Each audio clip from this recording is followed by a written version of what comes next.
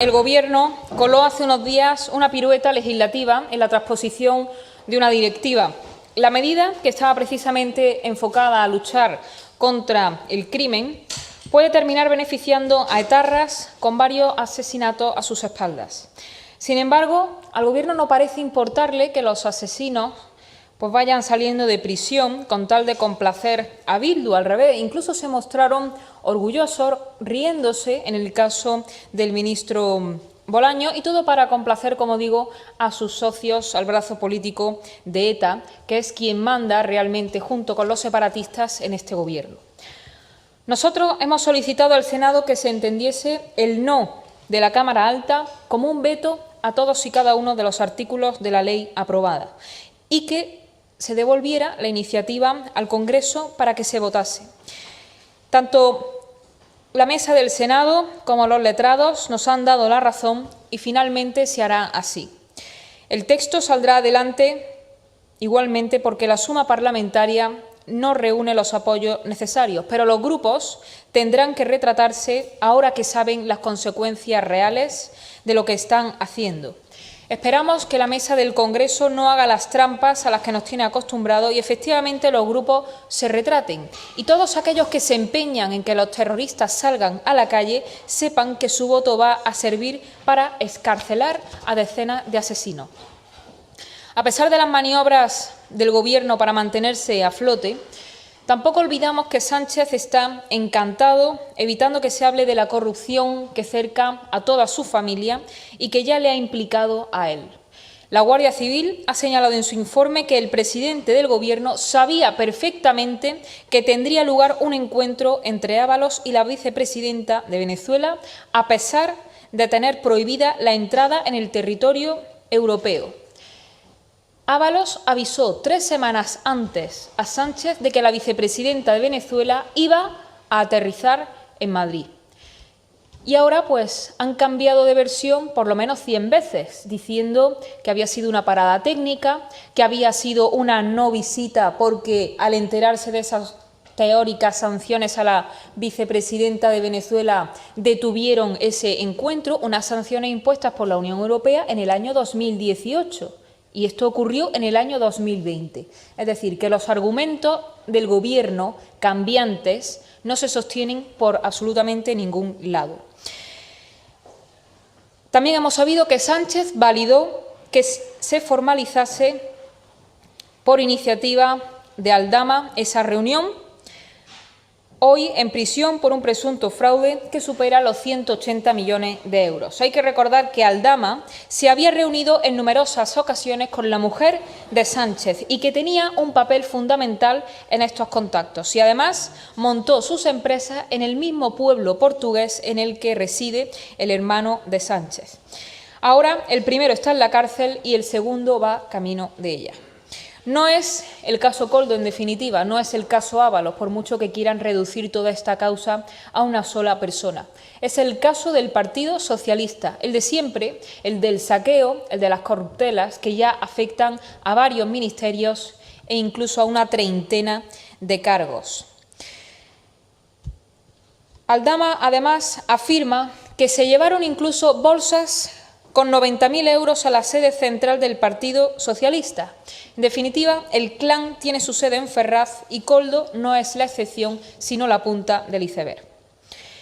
Y en último lugar, como saben, estamos personados en las causas y nuestro equipo jurídico trabaja continuamente para que se esclarezcan los hechos, se depuren responsabilidades y se devuelva el dinero. Además, tras el informe de la UCO, también quiero recordarles que hemos ampliado la querella a Globalia y contra Salvador Illa, que hemos presentado una querella contra la expresidenta de Baleares por los contratos durante la pandemia, la señora Armengol, presidenta hoy de esta Cámara, y además hemos solicitado personarnos como acusación en el caso del IVA de los hidrocarburos y también hemos pedido la reapertura del caso Delsi.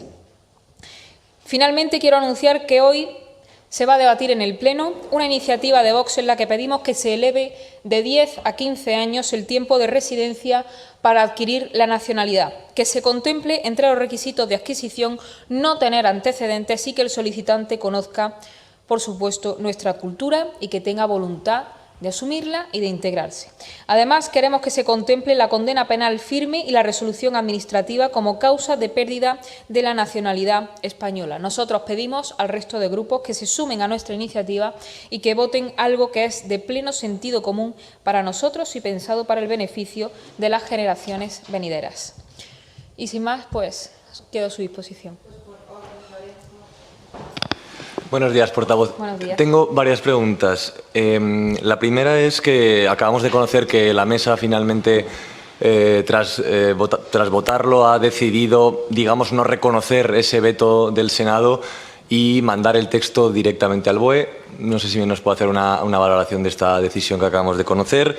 También le quería preguntar por la carta que ha mandado Ursula von der Leyen a los 27, en la que se plantea, entre otras cosas, pues que haya campamentos de refugiados fuera de la Unión o en otros países, y ponía como ejemplo Italia con Albania. No sé si ustedes creen que es una política en la línea de sus ideas.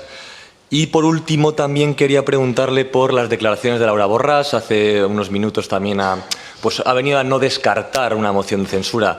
Sabemos que ustedes plantean que podrían, bueno, eso ahora que me lo diga usted mejor, pero que estarían de acuerdo a lo mejor con una moción de censura siempre y cuando se circunscriba a una convocatoria electoral. No sé si nos puede desarrollar un poco más esta idea. Gracias. Bueno, voy a empezar por la última, que es la que tengo más fresca. Nosotros apoyaríamos, en el caso de que el Partido Popular presentase una moción de censura, nosotros la apoyaríamos siempre y cuando se comprometan a la convocatoria inmediata de elecciones y a que no existe ningún tipo de pacto ni de cesión al separatismo. En cuanto a la primera pregunta que usted me hacía, nosotros vamos a presentar un escrito precisamente pidiendo a la mesa del Congreso que deje de hacer piruetas, que deje de manosear el reglamento y que deje de utilizar la Cámara a su antojo de la forma caciquil que viene haciendo y que, en alusión al artículo 132 del reglamento del Congreso, esa iniciativa que ha obtenido el veto en el Senado se vote en el hemiciclo y que sean los grupos quienes se retraten. Al mismo tiempo, lo que vamos a pedir en ese escrito es que el Partido Socialista retire ese proyecto de ley por el manifiesto rechazo tanto en las cámaras como socialmente.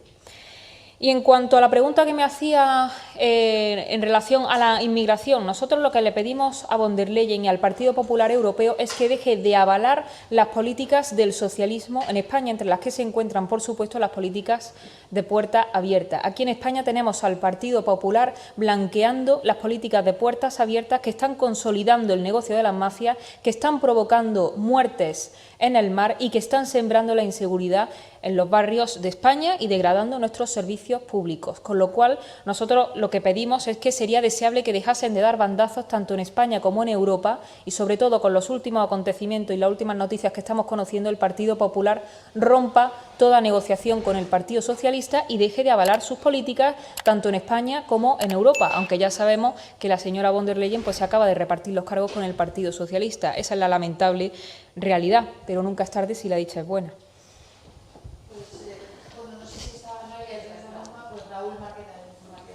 Portavoz, buenos días. Por ampliar la pregunta de mi compañero Lorenzo, entiendo que Vox apoyaría una moción de censura del Partido Popular contra Pedro Sánchez, aunque Junts votase a favor, saber sí o no ante eso.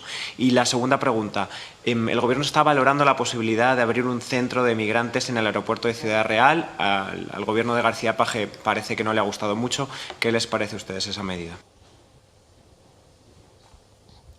Bueno, pues el señor Paje, que pese a criticar mucho a Pedro Sánchez, pues le diríamos que no deja de ser miembro del Partido Socialista y que haría bien en exigirle a su propio partido que frene las políticas de efecto llamada que sufren todos los españoles independientemente de a quién voten. Nosotros celebramos que, aunque sea poco a poco, pues vayan abriendo los ojos y vean que la inmigración ilegal pues es un verdadero problema, pero también le exigimos a Paje y a todas esas voces que juegan a ser disidentes que no se olviden que siguen dentro del Partido Socialista y que es su partido el responsable del drama humanitario y de las consecuencias nefastas de la inmigración ilegal en nuestro país, con lo cual que le exija a su propio partido que deje esas políticas.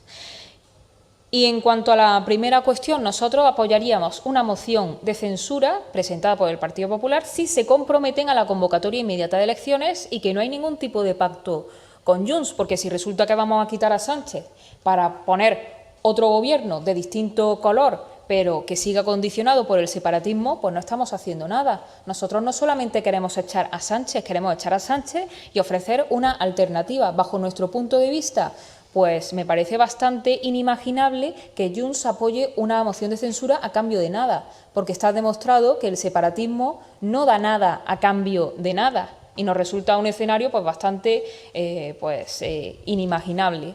En caso de que votasen ellos a favor, pues no les parecerían suficientes las cesiones al separatismo. Nosotros no queremos ninguna. Y por eso nosotros lo que le exigimos al Partido Popular es que, en caso de que presenten una moción de censura, pues sea comprometiéndose a la convocatoria inmediata de elecciones y a garantizar que no va a haber otro gobierno de otro color, pero igual de dependiente que el separatismo.